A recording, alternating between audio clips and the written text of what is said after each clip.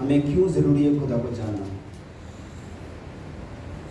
हमारा रिश्ता मजबूत होता है। रिश्ता मजबूत होता है। ओके। जीवन बदल जाता है। जीवन बदल जाता है। ओके। हमें उधार मिलता है। उद्धार मिलता है। नजात पाता है। ओके। अगर आप लोग ग्रेस। ओके। अगर आप लोग खुदा के कलाम को देखें, जो अन्ना 17 बाब उसकी 3 आयत में लिखा हुआ है कि परमेश्वर को जानना सदीक के जीवन है। यानी कि सदीक के जीवन को जानने के लिए आपको परमेश्वर को जानना। ओके। यस।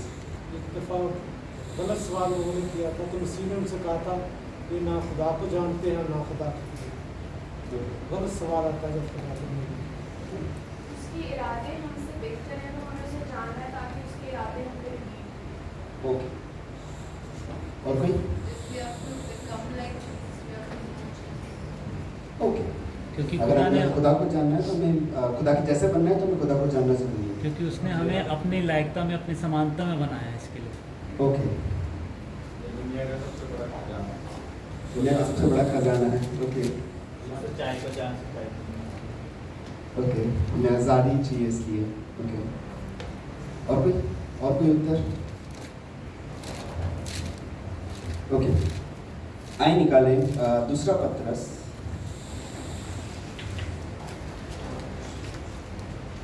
पहला अध्याय और उसका तीसरे से हम पढ़ेंगे। क्योंकि जो कुछ हमने देखा और सुना है तुम्हें भी उसकी खबर देते हैं, ताकि तुम भी हमारे शरीक हो और हमारी। दूसरा पत्रस 1:3। क्योंकि उसकी इलाही कुदरत से वो सब चीज़ें जो जिंदगी और दीनदारी से तलक हैं हमें उसकी पहचान के वसीला से इनायत की। ओके। हिंदी में कैसा है? क्योंकि उसकी ईश्वरीय सामर्थ्य से सब कुछ जो जीवन और भक्ति से संबंध रखता है हमें उसकी पहचान के द्वारा दिया है, जिसने हमें अपनी ही महिमा और सद्गुणों के अनुसार बुलाया है। ओके। इंग्लिश में ऐसा लिखा है, His divine power has given us everything we need for life and godliness through our knowledge of Him who called us by His own glory and goodness. यानी कि उसकी ईश्वरीय सामर्थ्य के द्वारा उसने हमें सब कुछ दे दिया है। किस चीज़ के लिए?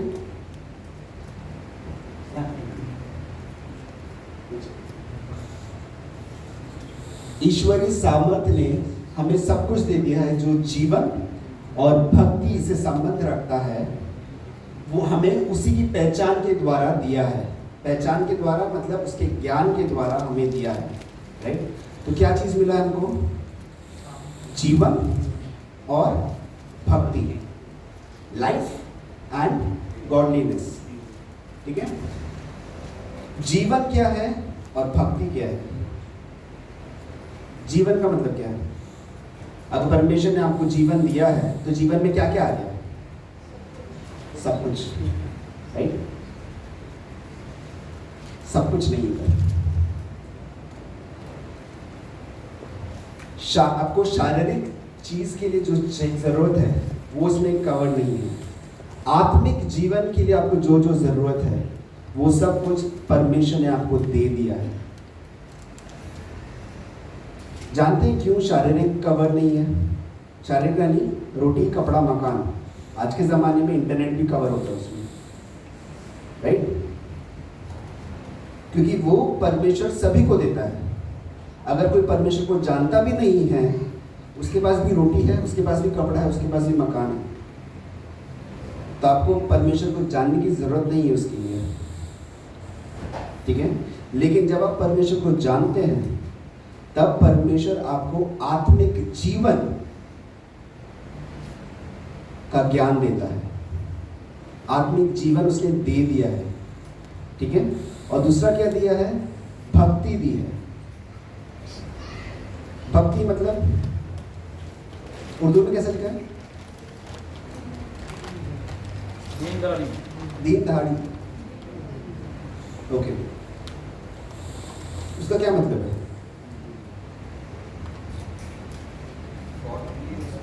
उसने हमें एट्रीब्यूट्स, अपने गुण हमें दे दिए, अपना कैरेक्टर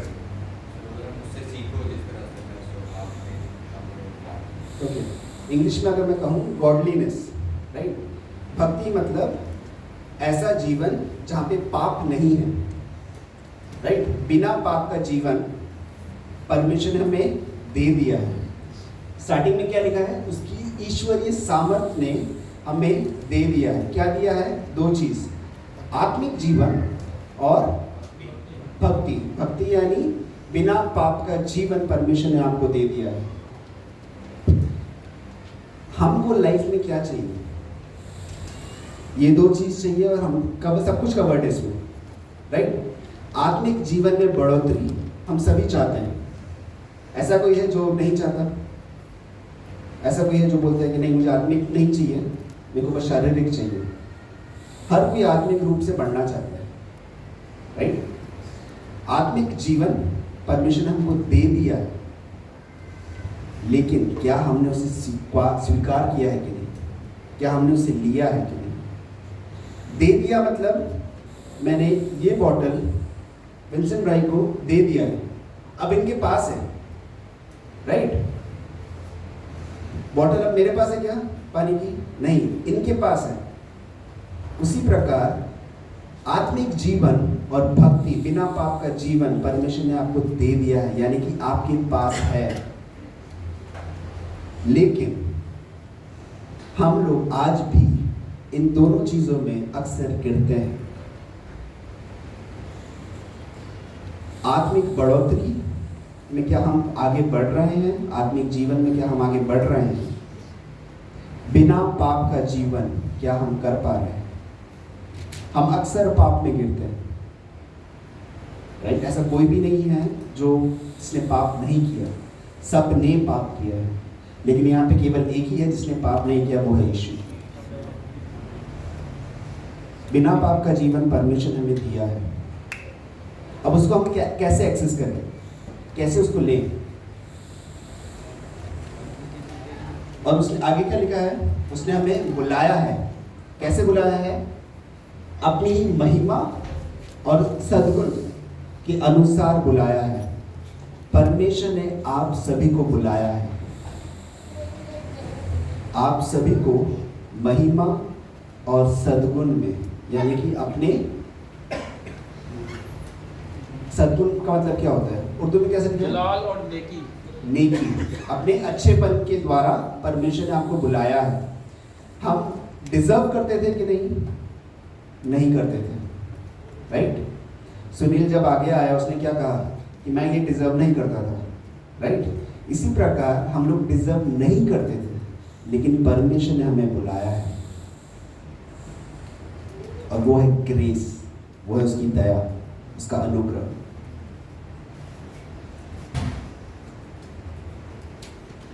आगे चौथा, जिनके बायस उसने हमसे कीमती और नहायत बड़े वादे किए, ताकि उनके वसीला से तुम उस खराबी से छूट कर जो दुनिया में बुरी ख्वाहिश के सबब से है, ज़ाते इलाही में शरीक हो जाओ। कौन से वायदे किए हैं? कौन से वायदे किए हैं? कीमती और बहुत ही बड़े, राइट। अब ये वायदे क्या हैं? परमेश्वर ने हमसे कौन से वायदे किए? हमेशा की जिंदगी, हमेशा की जिंदगी, okay. Victory over sin and death, victory over sin and death, और भी? छोड़ूंगा ना कभी त्याग, मैं तुम्हें कभी नहीं छोड़ूंगा, ना कभी त्यागूंगा। मैं आऊंगा तुम्हें साथ लेके चलूंगा। मैं आऊंगा तुम्हें साथ लेके जाऊंगा, ओके। जिंदगी का ताज तैयार कर रहा हूँ, जिंदगी का ताज।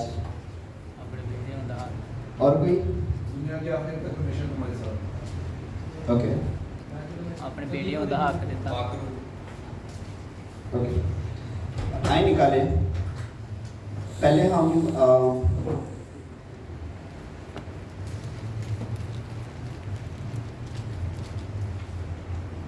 दूसरा कोरिन्थी 7:1 पढ़ेंगे।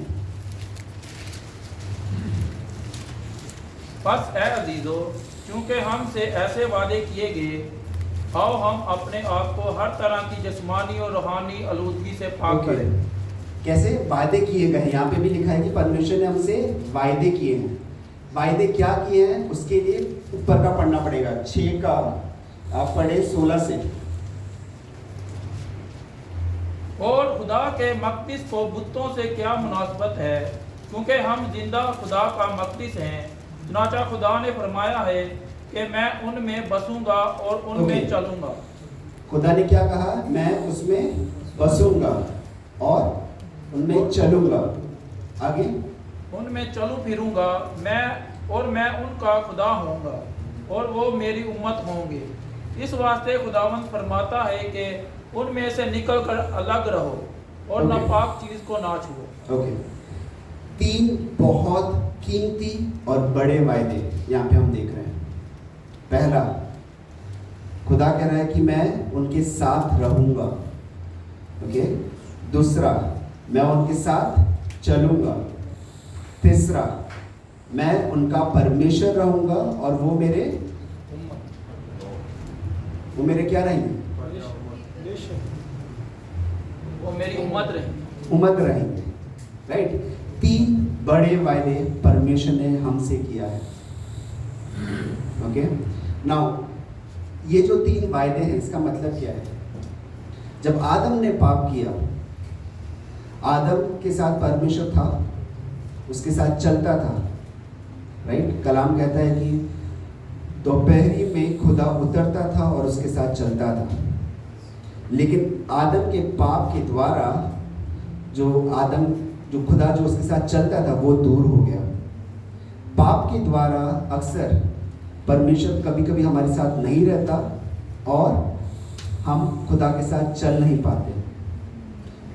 जो 2 बड़े वायदे हैं वो ऑलरेडी हट गए। ठीक है, तीसरा वादा क्या कहता है? कि मैं उनका परमेश्वर रहूंगा और वो मेरे उम्मत रहेंगे। राइट, लेकिन उसके बावजूद जब आदम और हव्वा ने पाप किया, उसके बावजूद क्या परमेश्वर ने उनको कोसा? क्या उनको श्राप दिया? श्राप दिया कि नहीं?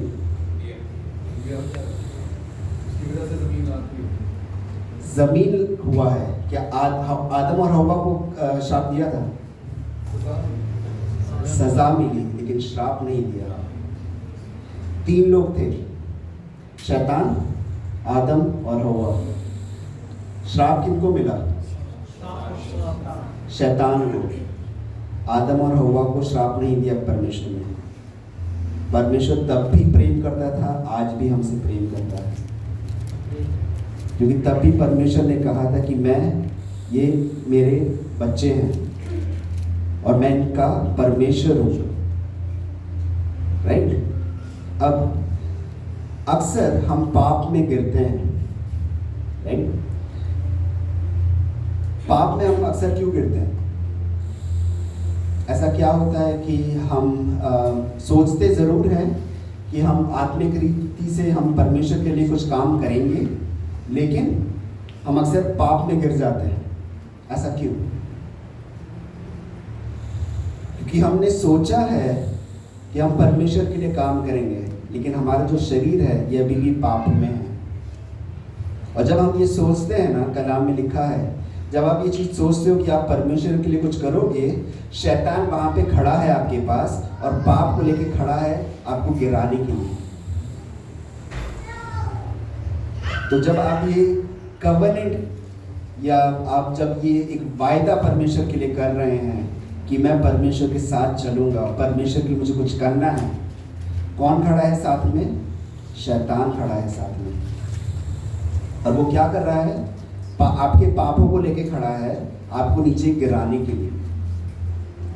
राइट, अब एक चीज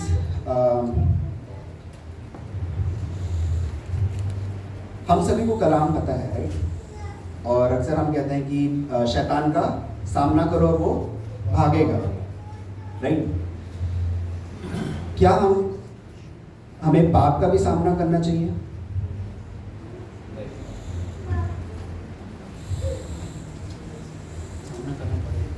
क्या हमें पाप का सामना करना चाहिए कि नहीं?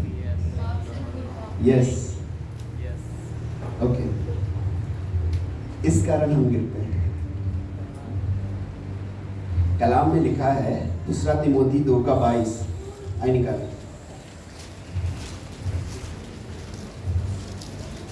2 तिमोथी 2:22।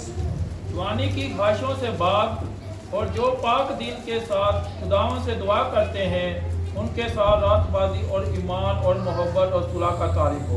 ओके, जवानी की अभिलाषाओं से भाग, यानी कि हम अक्सर चीज़ों को गलत समझते हैं। अगर हमने कोई कलाम लिया है, राइट, वो कलाम हर जगह हम अप्लाई करते हैं बिना सोचे समझे कि उसका क्या इम्प्लीकेशंस होगा, राइट। कलाम कहता है शैतान का सामना करो और वो भागेगा, राइट। अब सामना कैसे करेंगे? वचन के द्वारा हम सामना करेंगे, राइट। हम लोग क्या करते हैं, जब पाप को देखते हैं, पाप का भी हम सामने करने चाहते हैं और इस कारण हम गिरते हैं। यहाँ पे क्या लिखा है? जवानी की अभिलाषाओं से भाग। कुछ जगह आपको भागना है, और भागने का ये मतलब नहीं कि आप डर गए हैं। भागने का ये मतलब है कि आप आपको बेचना नहीं चाहते, ठीक है। दाऊद एक ऐसा था जिसने गोलियात को मारा था, राइट। क्या दाऊद भागा था? दाऊद कभी नहीं भागा। दाऊद भागा था कि नहीं? भागा था, राइट। तो आप ये सोचना छोड़ दें कि अगर आप भाग रहे हैं पापों से, ठीक है, केवल पापों से, तो उसका मतलब गलत है। ऐसा नहीं है। जहाँ पे आपको भागना है, आपको भागना है। जहाँ पे आपको सामना करना है, आपको कलाम के साथ सामना करना है, ठीक है। अब एक सवाल, ये जो वायदे हैं, 3 वायदे, कि मैं उनके बीच में रहूंगा, मैं उनके साथ चलूंगा और मैं उनका परमेश्वर रहूंगा और वो मेरी प्रजा रहेगी, राइट। ये परमेश्वर ने किससे कहा? किससे किया था?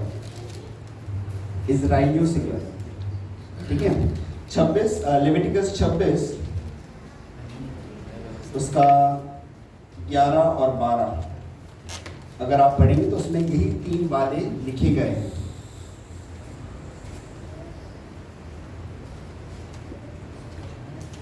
लेवी 26 उसका 11 और 12।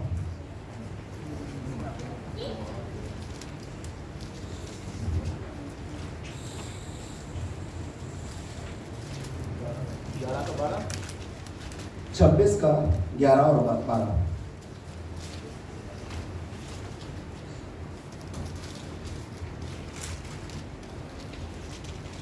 और मैं अपना मस्कन तुम्हारे दरमियान कायम रखूंगा और मेरी रूह तुमसे नफरत ना करेगी, और मैं तुम्हारे दरमियान चला फिरा करूंगा और तुम्हारा खुदा होऊंगा और तुम मेरी कौम होगे। तीनों वादे यहाँ पे लिखे गए हैं। परमेश्वर ने किससे किया है ये वादा? इजराइलियों से किया है, ठीक है। अब इजराइलियों से वादा तो कर दिया है, लेकिन उसके बदले में परमेश्वर क्या चाहता है? परमेश्वर कुछ चाहता है कि नहीं? चाहता है। क्या चाहता है? Faithfulness, okay. एक चीज़ और, अक्सर कई बार हम इस कलाम को बोलते हैं कि हम परमेश्वर को क्या दे सकते हैं, राइट। परमेश्वर को हम कुछ दे नहीं सकते हैं, परमेश्वर को हम धन्यवाद दे सकते हैं, राइट। अक्सर हम लोग कहते हैं हम धन्यवाद देते हैं परमेश्वर को और चले जाते हैं, लेकिन एक्चुअली आप क्या परमेश्वर को कुछ दे सकते हो? दे सकते हो। जानते हैं क्या? अपने आप को। 2 उदाहरण देता हूँ, 2 सिनेरियोस। पहला, एक इंसान पाप में है, चर्च आता है, परमेश्वर को धन्यवाद देता है कि परमेश्वर मैं तुझे क्या दे सकता हूँ, मैं कहता हूँ शुक्रिया, और चले जाता है। मंडे से सैटरडे वापस पाप करता है, संडे वापस आता है, वही कहता है कि परमेश्वर मैं तुझे क्या दे सकता हूँ, और वापस ऐसा चले जा रहा है, ठीक है। दूसरा, एक और आदमी है जो अपना जीवन परमेश्वर को दे दिया है, परमेश्वर के कलाम के अनुसार चल रहा है, अपनी इच्छाओं को उसने मार दिया है और परमेश्वर की इच्छाओं को पूरा कर रहा है, परमेश्वर के साथ चल रहा है और हर दिन परमेश्वर अपने पापों के लिए माफी मांग रहा है। चर्च में आता है और कहता है खुदा जो आपने दिया, जो आपने किया, धन्यवाद। इन दोनों आदमियों में कौन सच्चा है, कौन अच्छा है, कौन स्वर्ग में जाएगा, क्या लगता है?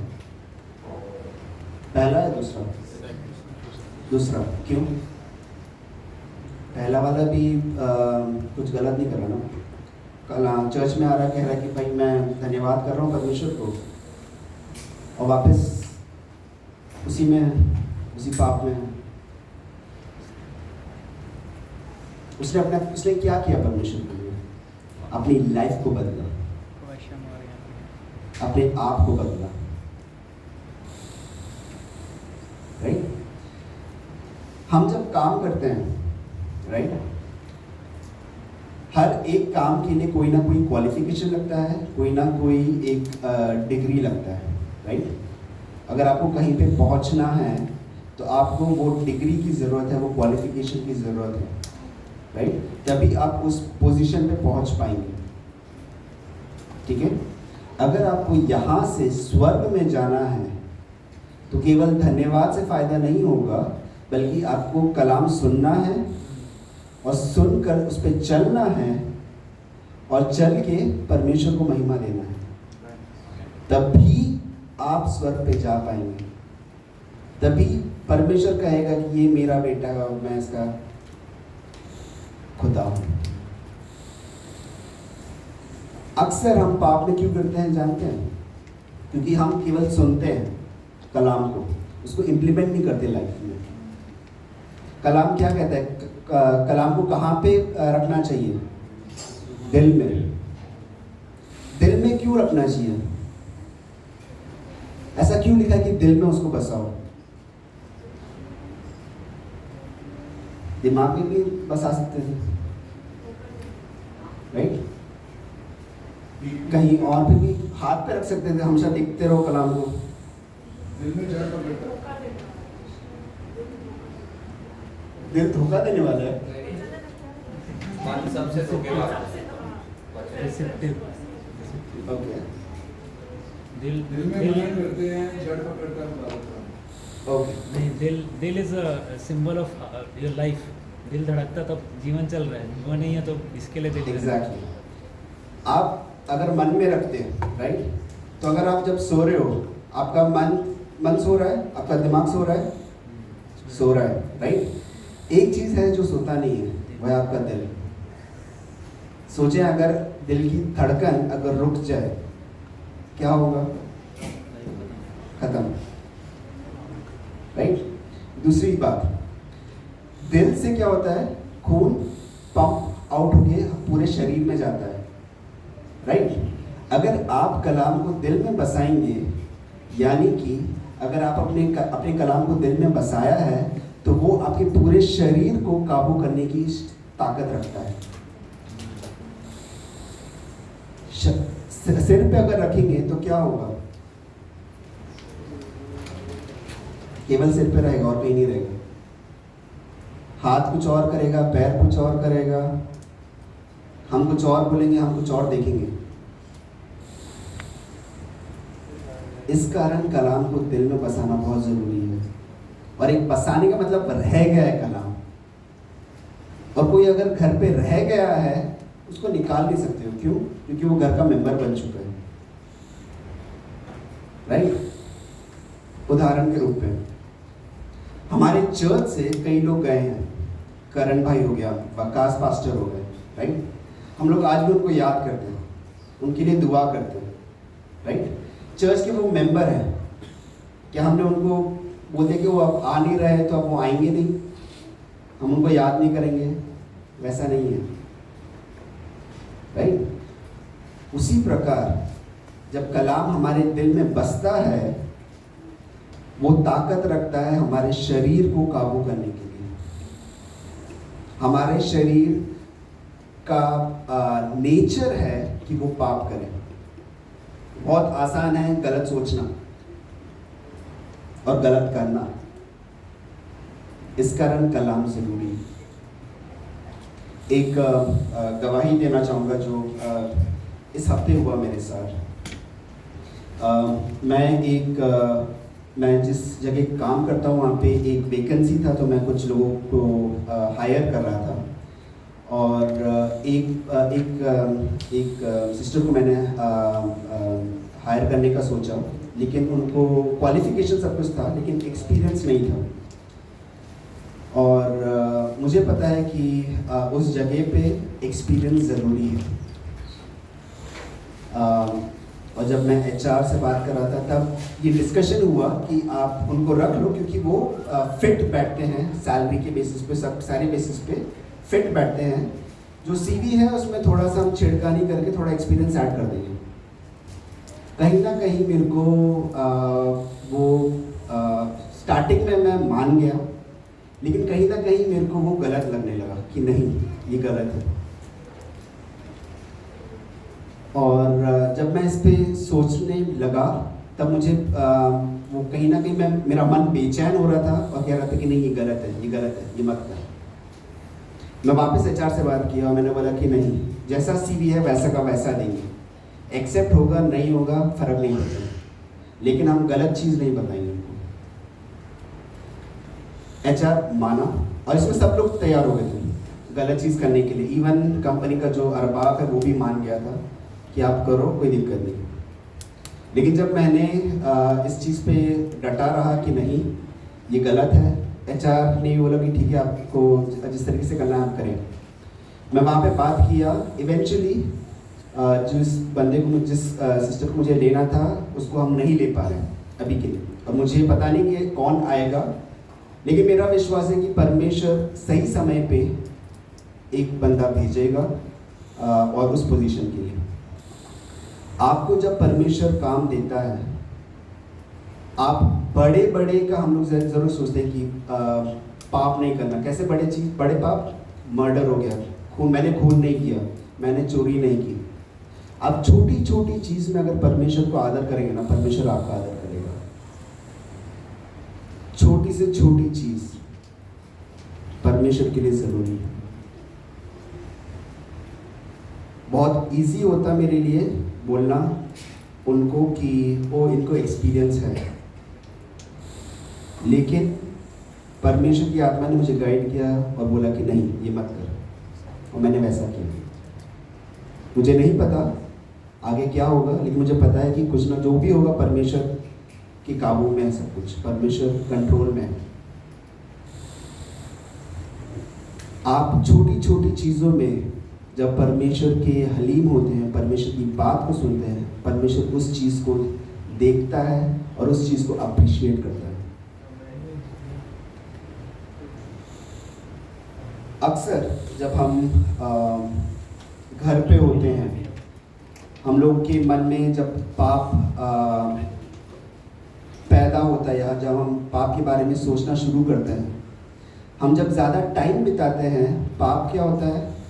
पाप बढ़ता जाता है, और इस कारण हम बार बार उस पाप में गिरते हैं। इस कारण ज़रूरी है कि उस समय पे हम आराधना करें, उस समय पे हम प्रार्थना करें, उस समय पे हम फेलोशिप करें। फेलोशिप किसके साथ? भाई के साथ, बहन के साथ फेलोशिप करें, ताकि वो जो पाप जो आपको गिराना चाह रहा है उससे आप हट कर आप परमेश्वर को महिमा देने वाले हो सके। ओके, हम आगे पढ़ेंगे। दूसरा कुरिन्थियों 6 का 17। और ये सारे अब कंडीशंस हैं जो परमेश्वर चाहता है। परमेश्वर ने वायदा किया है, उसके बदले में परमेश्वर हमसे क्या चाह रहा है वो लिखा है। इस वास्ते खुदावंद फरमाता है कि उनमें से निकलकर अलग हो रहो और नापाक चीज़ को ना छुओ, तो मैं तुमको कबूल कर लूँगा।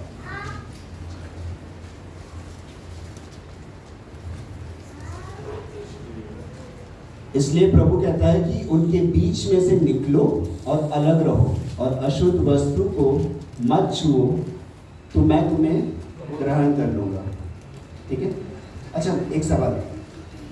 जब मूसा इज़राइलियों को लेके निकला मिस्र से, ठीक है, तब इज़राइली लोग परमेश्वर को जानते थे क्या? जानते थे। और कोई सवाल समझे? जब मूसा इज़राइलियों को मिस्र से लेके निकला, तब इज़राइली लोग परमेश्वर को जानते थे क्या?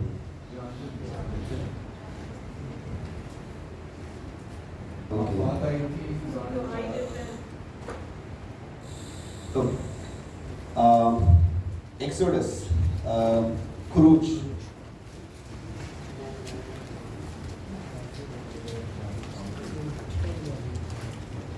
चौदह का 10 से पढ़ना।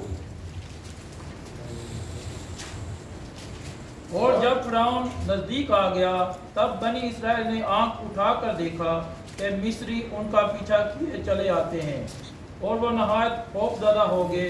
तब बनी इस्राएल ने खुदावंद से फरियाद की और मूसा से कहने लगे, क्या मिस्र में कब्रें ना थीं जो तुम हमको वहाँ से मरने के लिए बियाबान में ले आया है? तूने हमसे ये क्या किया कि हमको मिस्र से निकाल लाया? क्या हम तुझसे मिस्र में ये बात ना कहते थे? क्या नहीं कहते थे? आगे कि हमको रहने दे कि हम मिस्रियों को खिदमत करें, क्योंकि हमारे लिए मिस्रियों की खिदमत करना बियाबान में मरने से बेहतर होता। तब मूसा ने इज़राइल लोग क्या कह रहे थे? वापस पढ़ना वो चीज।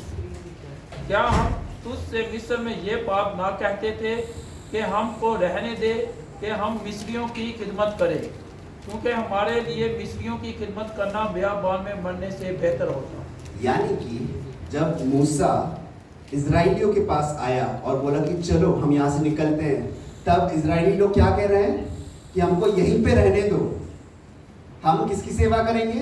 मिस्रियों की सेवा करेंगे। और आगे, क्योंकि हमारे लिए मिस्रियों की खिदमत करना बियाबान में मरने से बेहतर होता। अब क्या इज़राइली लोग खुदा को जानते थे? इज़राइलियों ने खुदा के चिन्ह को देखा था, लेकिन एक्चुअली में जानते नहीं थे। उनको आजाद होना था, इस कारण वो लोग बाहर निकले। इस कारण मूसा आगे कहता है, तब मूसा ने लोगों से कहा, डरो मत, चुपचाप खड़े होकर खुदावंद की निजात के काम को देखो जो वो आज तुम्हारे लिए करेगा। उनके जिन मिस्रियों को तुम आज देखते हो, उनको फिर कभी अब तक ना देखोगे। इस कारण मूसा कहता है कि तुम डरो मत, चुपचाप खड़े रहो और खुदा के नजात के काम को देखो। राइट? और हम सभी को स्टोरी पता है आगे। रेड सी, लाल समुद्र जो था वो दो भाग में हुआ और इजरायली लोग वहां से निकले। राइट? नए नियम में लिखा गया है कि ये एक बपतिस्मा था परमेश्वर के द्वारा। ओके। पहला कोरिन्थी 10 का पहले से पढ़िए। है भाइयों, मैं तुम्हारा इससे नावाकिफ रहना नहीं चाहता कि हमारे सब बाप दादा बादल के नीचे थे और सब के सब समंदर में से गुजरे, और सब ही ने उस बादल और समंदर में मूसा का बपतिस्मा लिया। मूसा का क्या लिया? बपतिस्मा लिया। बपतिस्मा लिया। यानी कि जब इजरायली लोग लाल समुद्र से निकल रहे थे, उनका मूसा के द्वारा बपतिस्मा हो रहा था। राइट? अब उसको और आगे पढ़ना। और सब ने एक ही रूहानी खुराक खाई और सब ने एक ही रूहानी पानी पिया, क्योंकि वो उस रूहानी चट्टान में से पानी पीते थे जो उनके साथ साथ चलती थी, और वो चट्टान मसीह था। ओके। लेवियों की किताब लेविटिकस 26 का 13 पढ़ना।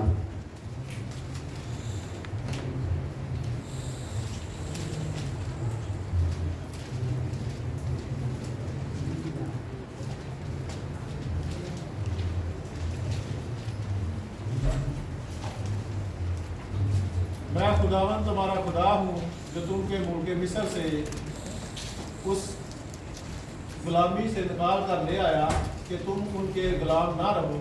और मैंने तुम्हारे लिए जोने को चाहा, मैंने तुम्हारे लिए जूने की चीज़ें तोड़ डाली हैं और तुमको सीधी खड़ा कर दिया, करके चलाया। जब मूसा का बपतिस्मा हुआ, दो चीजें हुई है वहां पे। परमेश्वर ने क्या किया? तुम्हारे जुए को तोड़ डाला और तुमको सीधा खड़ा करके चलाया। ये दो चीज परमेश्वर ने इजराइलियों के लिए किया। उनको सीधा चलना सिखाया और जो पाप में थे वो जो बंधन था उससे परमेश्वर ने उनको निकाला। उसी प्रकार जब हम बपतिस्मा लेते हैं, हमारे जो पुराने पाप हैं उससे परमेश्वर हमको पूरी रीति से उस बंधनों को तोड़ता है और हमें खड़ा करके चलाना शुरू करता है। तो हमारे लिए बहुत ज़रूरी है कि हम बपतिस्मा लें और परमेश्वर के साथ चलें। ठीक है, आगे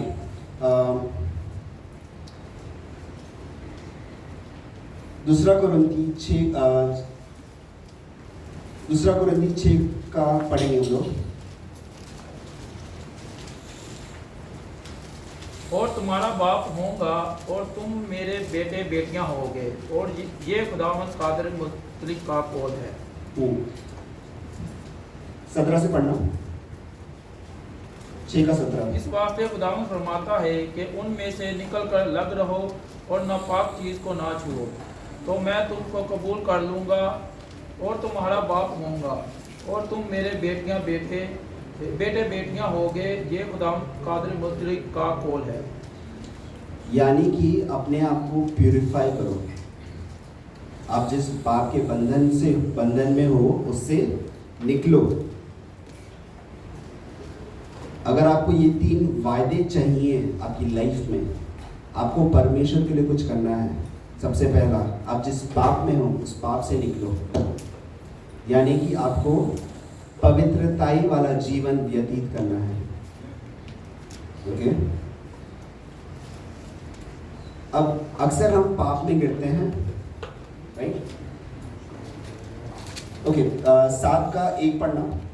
बस ए अजीजों, चूँकि हमसे ऐसे वादे किए गए, आओ हम अपने आप को हर तरह की जिस्मानी और रूहानी आलूदगी से पाक करें और खुदा के खौफ के साथ हर किसी को कमाल तक पहुँचाएं।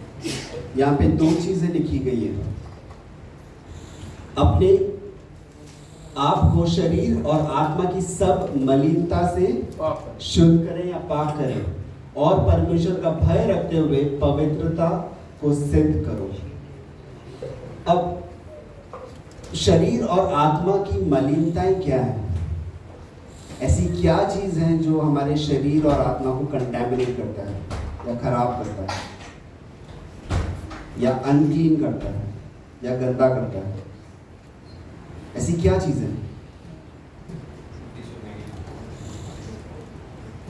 आइए हम निकाले मरकुस 7 का 20।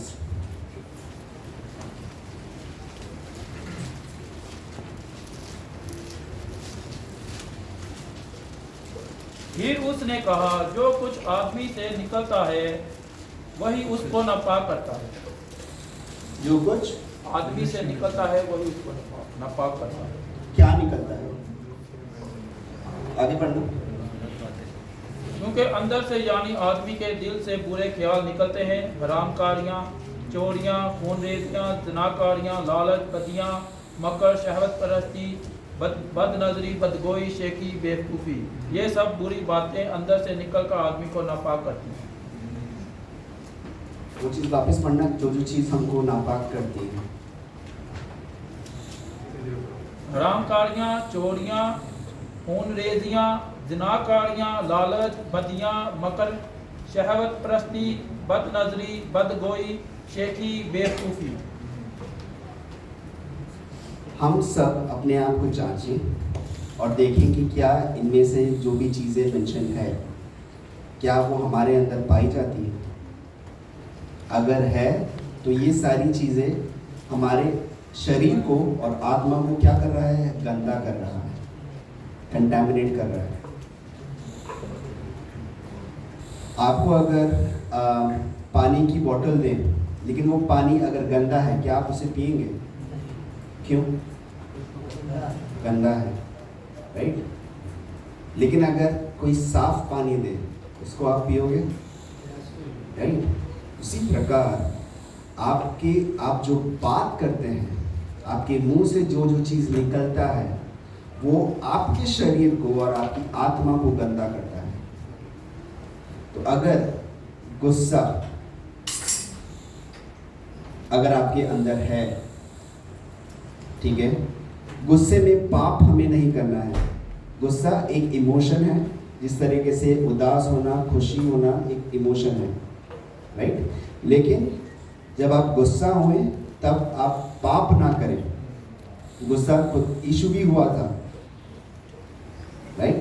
लेकिन आप ये ना समझे कि यीशु गुस्सा हो सकता तो हम भी गुस्सा हो सकते हैं, इसका ये मतलब नहीं है, ठीक है? हम जब गुस्सा होते हैं अक्सर बिना सोचे समझे हम बात करते हैं, हम बोलते हैं, ऐसी चीज़ें बोलती हैं जो हमको बोलना नहीं चाहिए और वो बस मुंह से निकल जाती है, राइट? और कैसे निकली हमको पता भी नहीं होता है। इस कारण जब भी आपको गुस्सा आए आप शांत रहें या उस जगह से हट जाए, ठीक है? तो आपके शरीर को और आपकी आत्मा को कोई भी अगर गंदा कर रहा है उसको आपको साफ करना है। अब आप साफ कैसे करेंगे? क्या चीज साफ कर सकती है? हाँ, होली स्पिरिट, वचन, okay, holy spirit, okay, repentance, blood of Jesus, यीशु का लहू हमें धोता है, हमें साफ करता है।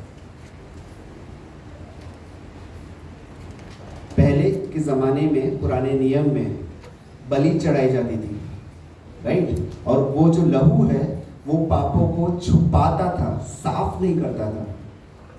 लेकिन यीशु का लहू आपके पापों को धोता है, छुपाता नहीं बल्कि धो देता है। छुपाने में और धोने में बहुत बड़ा अंतर है।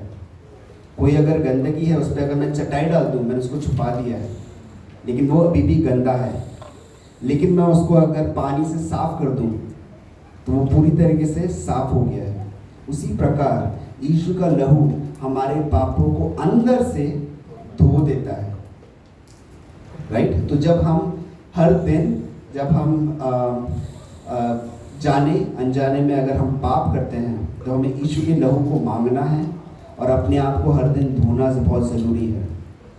उसी प्रकार जिस तरीके से भाई ने बताया, कलाम के द्वारा भी हम अपने आप को साफ कर सकते हैं।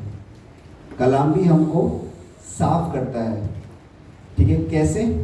कई बार हम कहते हैं जाने अनजाने में कई चीज़ें हम अनजाने में कर देते हैं। क्यों? क्योंकि हमें पता ही नहीं है। कोई कानून आया, राइट? कानून का ऐसा है कि कानून एक बार आ गया सबके लिए अप्लाई है, ठीक है? आपको पता हो नहीं पता हो फर्क नहीं पड़ता। अगर आपने वो कानून को तोड़ा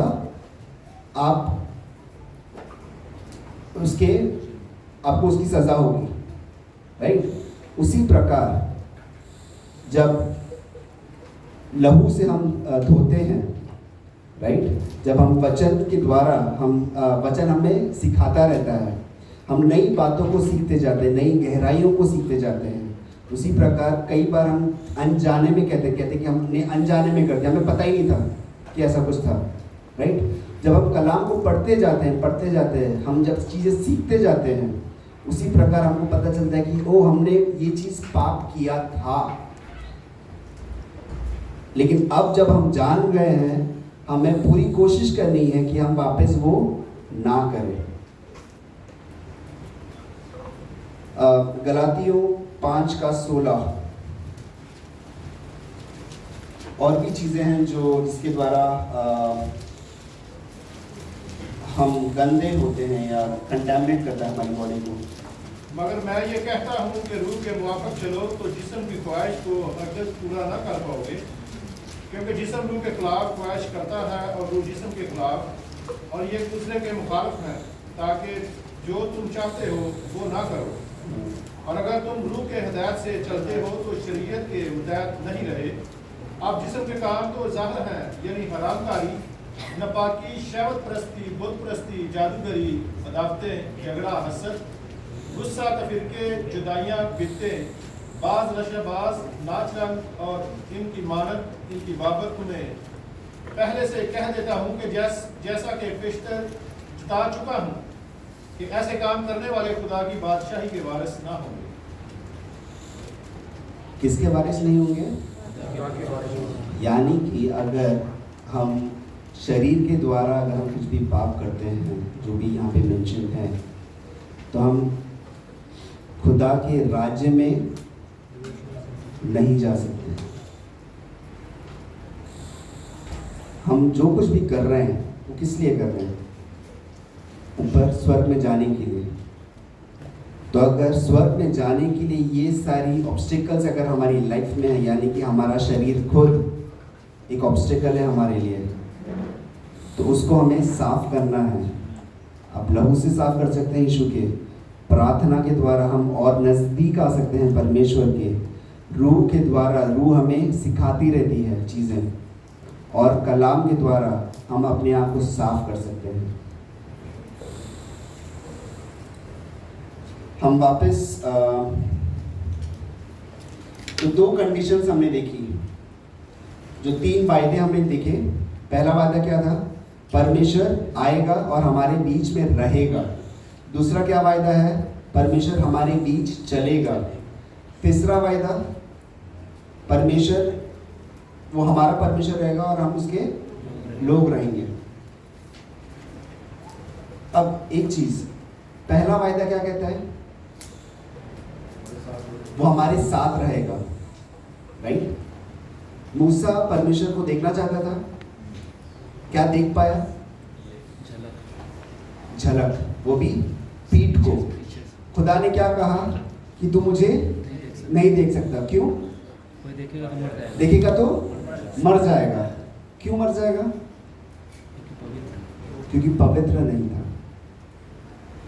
तो जब हम अपने आप को धोएंगे हम पवित्र होते जाएंगे। ये एक प्रोसेस है,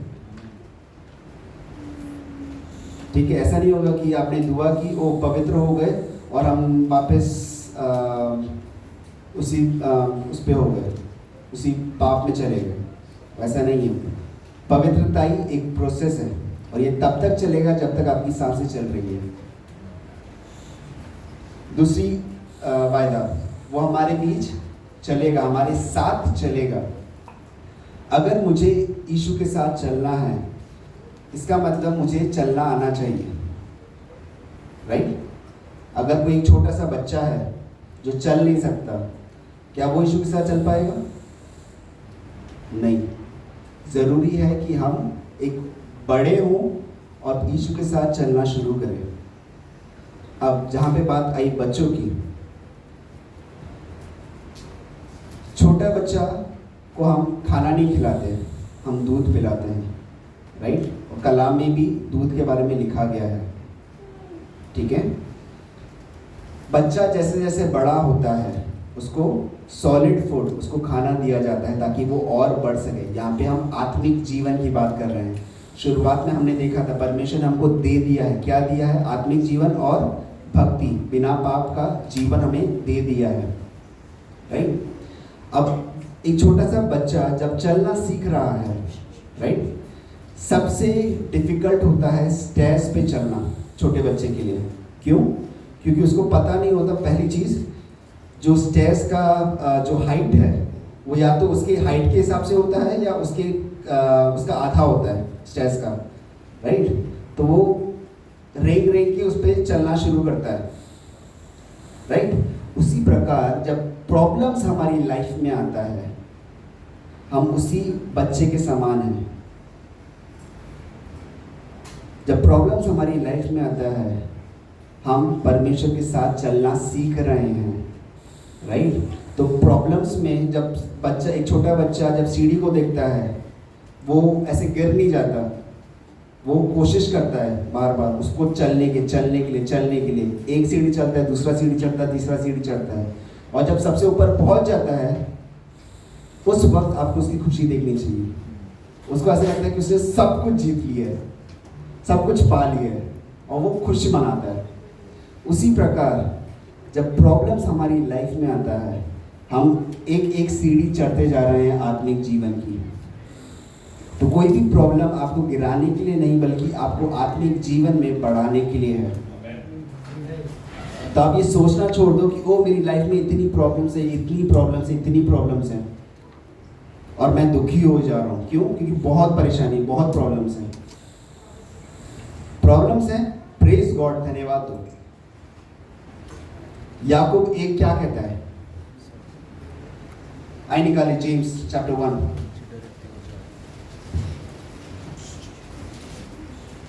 उसका दूसरी आयत। ऐ मेरे भाइयों, जब तुम तरह तरह की आजमाइशों में पड़ो तो इसको ये जानकर कमाल खुशी की बात समझना कि तुम्हारे ईमान की आजमाइश सब्र पैदा करती है। इसे क्या समझो? खुशी की बात जानो, आनंद की बात जानो, राइट? कुछ सब टाइम पहले मैंने एक बात कही थी, यहाँ पे ये नहीं लिखा है कि इसे ओके, हैप्पीनेस और जॉय में डिफरेंस है। हैप्पीनेस और खुशी और आनंद में डिफरेंस है। क्या डिफरेंस है?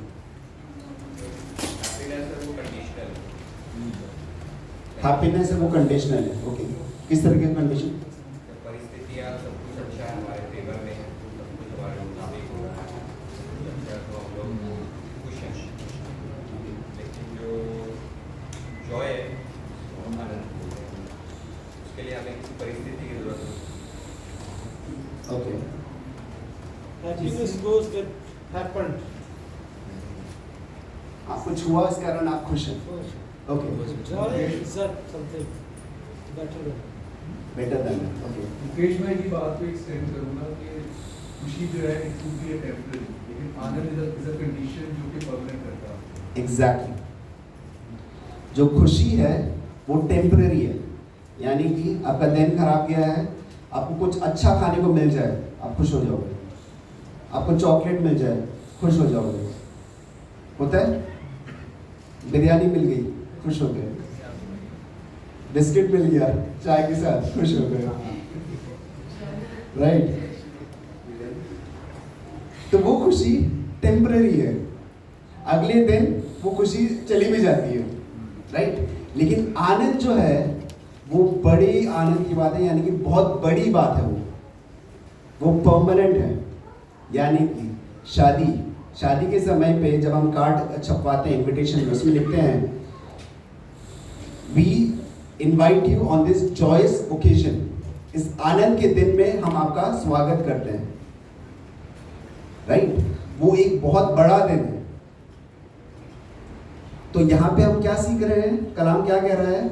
जब आप नाना प्रकार की परिस्थिति में, परेशानी में आओ, उसे आनंद की बात जानो, खुशी की बात नहीं, आनंद की बात। मतलब उससे बेटर और कुछ हो ही नहीं सकता।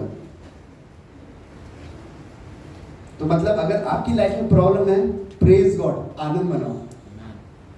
अब आनंद कैसे मनाते हैं? नॉर्मली अगर आप बहुत खुश हैं, आप क्या करोगे? पार्टी दोगे, मिठाइयां बांटोगे, राइट?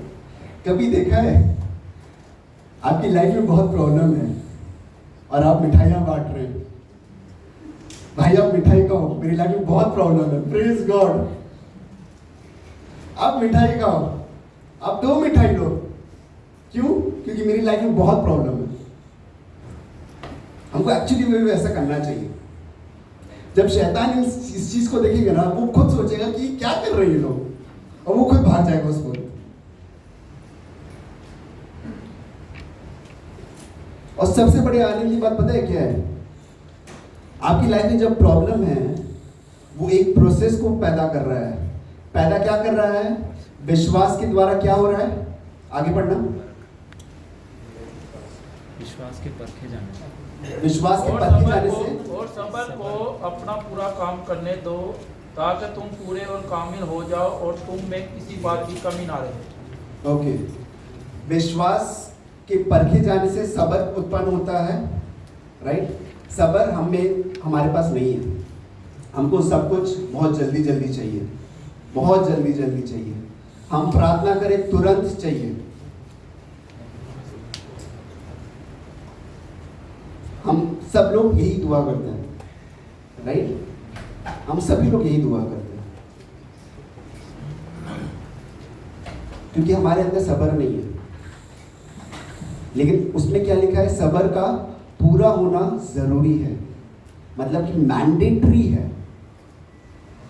इंग्लिश में लिखा है perseverance must finish it's work. Mandatory है, मतलब वो बहुत जरूरी है उसका पूरा होना। और वो उसके पूरे होने से क्या होगा? बढ़िया। आगे क्या लिखा है? सिद्ध हो जाओगे, आप तुम पूरे सिद्ध हो जाओगे, कामिल हो जाओ और तुम में किसी बात की कमी ना रहे। किसी बात की कमी नहीं रहेगी। यानी कि प्रॉब्लम्स अगर आपकी लाइफ में आ रहा है, आपको वो पूरा करने के लिए आ रहा है। आप अधूरे हो, प्रॉब्लम्स आया, प्रेज गॉड। क्यों? क्योंकि ये प्रॉब्लम्स के द्वारा मैं पूरा होने जा रहा हूँ। आगे जब आप 12वीं आयत पढ़ते हैं, उसमें लिखा है आशीषित है वो जो आजमाइश की बर्दाश्त करता है। आजमाइश की बर्दाश्त करता है। क्यों? क्योंकि खरा निकले। क्योंकि जब मकबूल ठहरा तो जिंदगी का वो ताज हासिल करेगा। अगर कोई पूरे आजमाइश से निकल गया तो वो आशीषित है। क्यों? क्योंकि परमेश्वर उसको एक ताज देने जा रहा है। और वो कैसा ताज है? जिसका खुदावन ने अपने मोहब्बत करने वालों से वादा किया। ताज कौन सा है? जिंदगी का ताज है, राइट। अब इमेजिन करो, आपके पास कोई भाई आया और बोला कि भाई मेरी लाइफ में बहुत प्रॉब्लम है, राइट। और आपका सबसे पहला एक्सप्रेशन क्या जाता है? आप दुखी होते हो, राइट। बाइबल क्या सिखा रहा है? अब मैं बाइबल को अगर इम्प्लीमेंट करूं आपकी लाइफ में, अपनी लाइफ में, यानी कि प्रॉब्लम्स है लाइफ में, राइट। और जब मेरा भाई मेरे पास आके बोल रहा है कि मेरी लाइफ में इतनी इतनी प्रॉब्लम्स हैं, और वो अगर दुखी हो रहा है, तो उसके बजाय दुखी होने के बजाय अगर आप दुखी हो रहे हो, इसका मतलब ये हो रहा है कि उसको जो ताज मिलने जा रहा है एंड में, जो परमेश्वर उसको देने जा रहा है, उसके लिए आप दुखी हो रहे हो।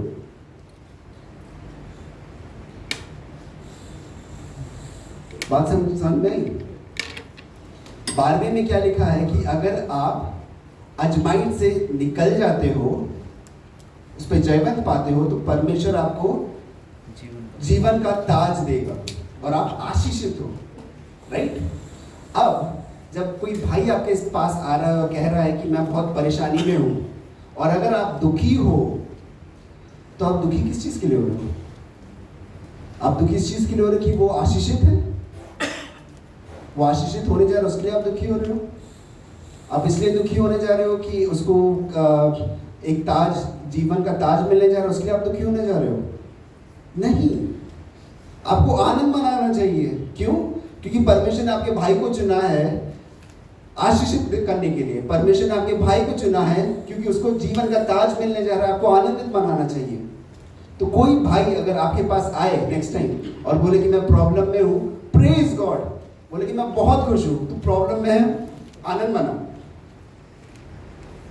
इसका मतलब आपकी प्रार्थना भी चेंज होनी चाहिए। हम लोग क्या प्रार्थना करते हैं? आपको जब पता चलता है कि वो प्रॉब्लम्स है लाइफ में, हम लोग क्या प्रार्थना करते हैं? प्रॉब्लम्स यहाँ से निकल जाए, राइट। और हम लोग अक्सर ये भी प्रार्थना करते हैं कि यीशु के नाम से ये प्रॉब्लम निकल जाए, करते हैं। अब मैं क्या कर रहा हूँ एक्चुअली में? आशीष, चलो अपने आप को समझो, आपकी लाइफ में प्रॉब्लम आया, ठीक है, और अगर आप ये बोल रहे हो कि मैं प्रॉब्लम्स को यीशु के नाम से कैंसिल कर रहा हूँ, तो मतलब क्या हो रहा है कि आप विश्वास में खड़े नहीं हो पा रहे हो, उस प्रॉब्लम से गुजरना नहीं चाह रहे। तो आपको क्या हो रहा है? आपको आशीष नहीं मिल रही 12वें के हिसाब से, आपको आशीष नहीं मिलेगी, और जो जीवन का ताज है उसको आप कैंसिल कर रहे हो। अनजाने में हम क्या कर रहे हैं?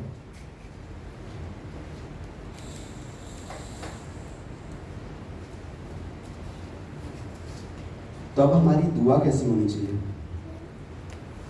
दुआ के लिए आगे लिखा है जेम्स 1 का 5 पढ़ना।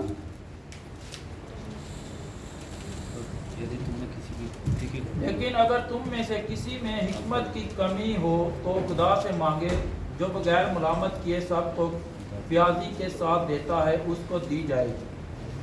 खुदा से क्या मांगे? बुद्धि। और जब आप खुदा से बुद्धि मांग रहे हैं, खुदा क्या देख रहा है? कुछ देख रहा है? क्या देख रहा है? केवल आपके विश्वास को देख रहा है कि आपने विश्वास है कि नहीं। That's it. आपने क्या किया है, आपके बैकग्राउंड को खुदा नहीं देख रहा। खुदा आपको देने के लिए तैयार है। लेकिन ये बुद्धि क्यों मांगने की जरूरत है पता है? क्यों? क्योंकि आप आजमाइशों से गुजर रहे हैं। जब आजमाइशों में आप पढ़ते हैं, एक उदाहरण देता हूँ। 2 महीने से एक इंसान दुआ कर रहा है कि मुझे जॉब मिल जाए, राइट? और उसको जॉब मिल गया। 2 हफ्ते बाद अब वापस वो दुआ कर रहा है कि ये जो जॉब है उसमें बड़ी परेशानी है, बहुत प्रॉब्लम्स हैं। तो जब जॉब मिला वो एक ब्लेसिंग बन गया, राइट? गवाही दी, वो मुझे जॉब मिल गया, एक ब्लेसिंग है, प्रेज गॉड। 2 हफ्ते बाद वही ब्लेसिंग अब एक कर्ज बन गया आपकी लाइफ में। क्यों? क्योंकि आप आजमाइश से गुजर रहे हैं। इस वक्त पे आपको क्या करना है? आपको दुआ करनी है और परमेश्वर से बुद्धि मांगना है। जब आपको परमेश्वर बुद्धि देगा, आपको समझ में आएगा कि आपको अपने हिसाब से नहीं चलना। इस परिस्थिति में आपको परमेश्वर की बुद्धि के अनुसार आपको चलना है। परमेश्वर क्या चाहता है इस परिस्थिति में, वो आपको रिवील होगा। यानी कि हर परिस्थिति में, हर प्रॉब्लम्स में परमेश्वर आपकी लाइफ से कुछ चाह रहा है। उसको जानने के लिए परमेश्वर से बुद्धि मांगे। तो अब आप दुआ कैसे करेंगे? आपको जैसे पता चला कि कोई भाई परेशानी में है, प्रेज गॉड, आप दुआ ये करेंगे, परमेश्वर इसको सद्बुद्धि दे, इसको बुद्धि दे, इसको समझ में आए कि क्या करना है इस परिस्थिति में, राइट? और परमेश्वर का धन्यवाद दे। क्यों? क्योंकि परमेश्वर ने उसको आशीष दे दिया ऑलरेडी, और ताज देने जा रहा है। उसके लिए आप उसका धन्यवाद करें, राइट? उसी प्रकार हमारी लाइफ में जितनी जितनी प्रॉब्लम्स हैं, जितने जितने पाप हैं, प्रॉब्लम्स का हमें डट के सामना करना है, लेकिन पाप से हमें भागना है, ताकि हम अपने आप को बचा सकें, हम ताकि गिरे ना। ओके? अब हम वापस जो दूसरा पत्रस पढ़ रहे थे, हम वापस उस पे आएंगे।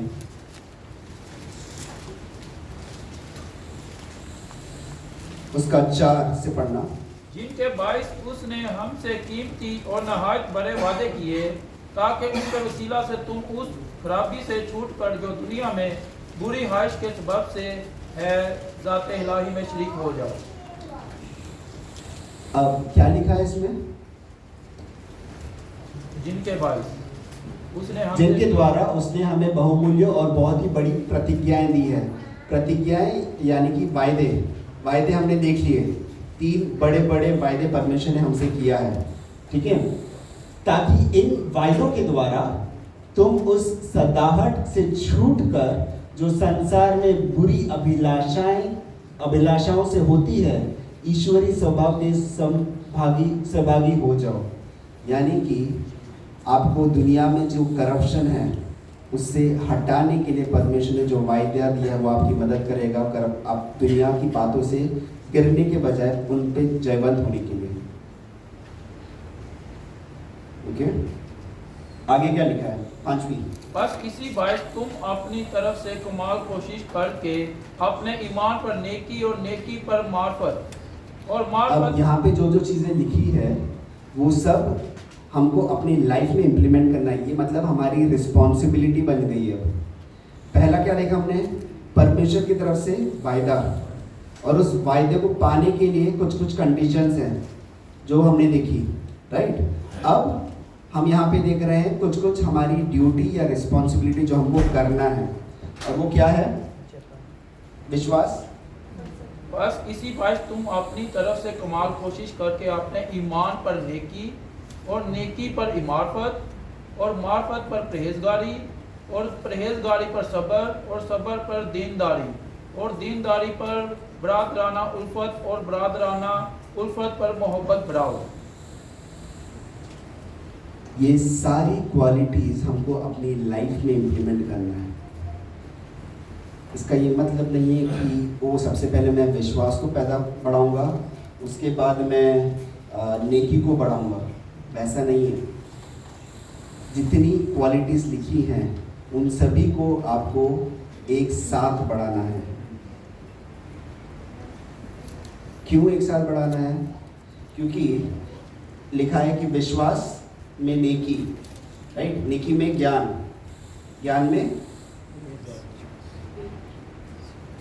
दीनदारी में सब्र, सब्र, सब्र में दीनदारी, सब्र में दीनदारी, दीनदारी, दीनदारी में बरादराना उल्फत, और बरादराना उल्फत पर मोहब्बत बढ़ाओ। जो ब्रदरली काइंडनेस है, भाई, जो भाई का वो है भाईचारा।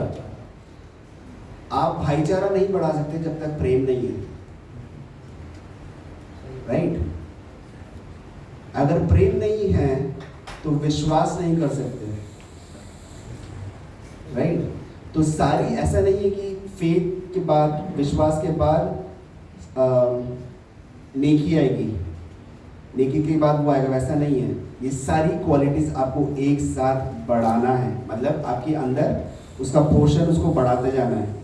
और जब आप ये बढ़ाएंगे तो क्या होगा जानते हैं? आगे पढ़ना। क्योंकि अगर ये बातें तुम में मौजूद हो और ज़्यादा भी होती जाएं, तो तुमको हमारे खुदावंद यीशु मसीह के पहचानने में बेकार और बेफल ना होने देंगी।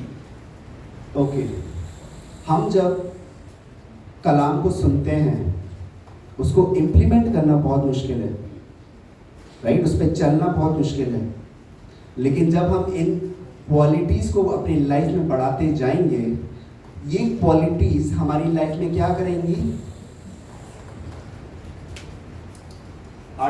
यीशु मसीह को पहचानने में बेकार और बेफल ना होने देंगे। यीशु मसीह को पहचानने में निकम्मे और निष्फल ना होने देंगे।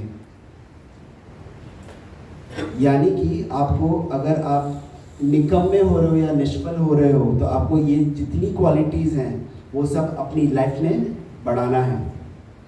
ओके, आगे।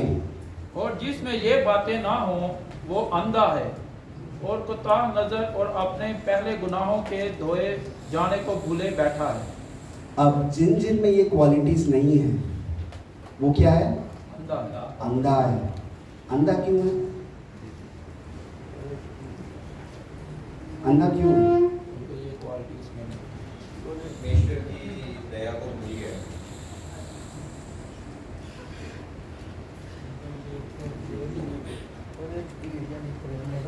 विश्वास कैसे करते हो? विश्वास की परिभाषा क्या है? अनदेखी चीजों को ईमान से देखना, राइट।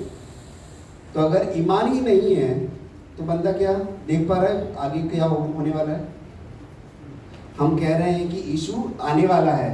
यीशु आया है? अभी नहीं आया। हम विश्वास से देख रहे हैं कि यीशु आएगा, राइट। यानी कि अगर ये सारी क्वालिटीज नहीं है वो बंदा अंधा है। इस कारण लिखा है कि हम कैसे चलते हैं? विश्वास के द्वारा चलते हैं, राइट। आगे, इस कारण अच्छा, ना केवल अंधा है बल्कि वो भूल गया है कि उसने क्या किया है? गुनाहों के धोए हुए जाने को भूल गया।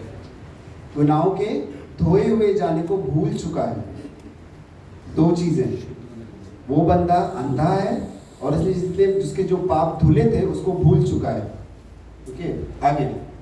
हंस रहे भाइयों, अपने बुलावे और बुर्गजीदगी को साबित करने की ज़्यादा कोशिश करो, क्योंकि अगर ऐसा करोगे तो कभी ठोकर ना खाओगे। कब ठोकर नहीं खाएंगे? हम कब गिरेंगे नहीं? जब अपनी बुलाहट पे काम नहीं करेंगे, साबित करने के लिए कोशिश अपने बुलाए जाने पे और चुन लिए जाने को सिद्ध करने का भली भांति यत्न करते जाओ। Make your election secure. आप सभी बुलाए गए हैं। क्या आप उसके लिए आप कुछ काम कर रहे हैं? एक उदाहरण देता हूं। एक राजा, उसका जो बेटा रहेगा उसको सबसे बेस्ट चीज मिलेगी और वो सारी चीज करेगा ताकि वो बेस्ट रहे सारी बातों पे। क्यों? क्योंकि उसे राज्य चलाना है, राइट? उसी प्रकार हम जब खुदा के बच्चे हैं, हमें क्या करने की जरूरत है? अगर हमारे अंदर पाप रहेगा तो क्या हम किसी को रोशनी दे पाएंगे? क्या हम किसी के लाइफ में कुछ ऐड कर पाएंगे? नहीं, राइट? हम क्या हैं? हम जगत की नूर हैं और जगत के नमक हैं। तो जब हम ही खराब हैं तो हम दूसरों को क्या करेंगे? तो आज जरूरी है कि हम अपने आप को जांचें और हम उन 3 वायदों को याद रखें और वो सारी चीज़ें करें ताकि वो वायदा परमेश्वर हमारी लाइफ में करे। और मैं ईमान रखता हूँ कि परमेश्वर यहाँ पे हमारे बीच में रहेगा, हमारे बीच में चलेगा और हम उसके प्रजा रहेंगे और वो हमारा परमेश्वर रहेगा। परमेश्वर आप सभी को आशीष प्रदान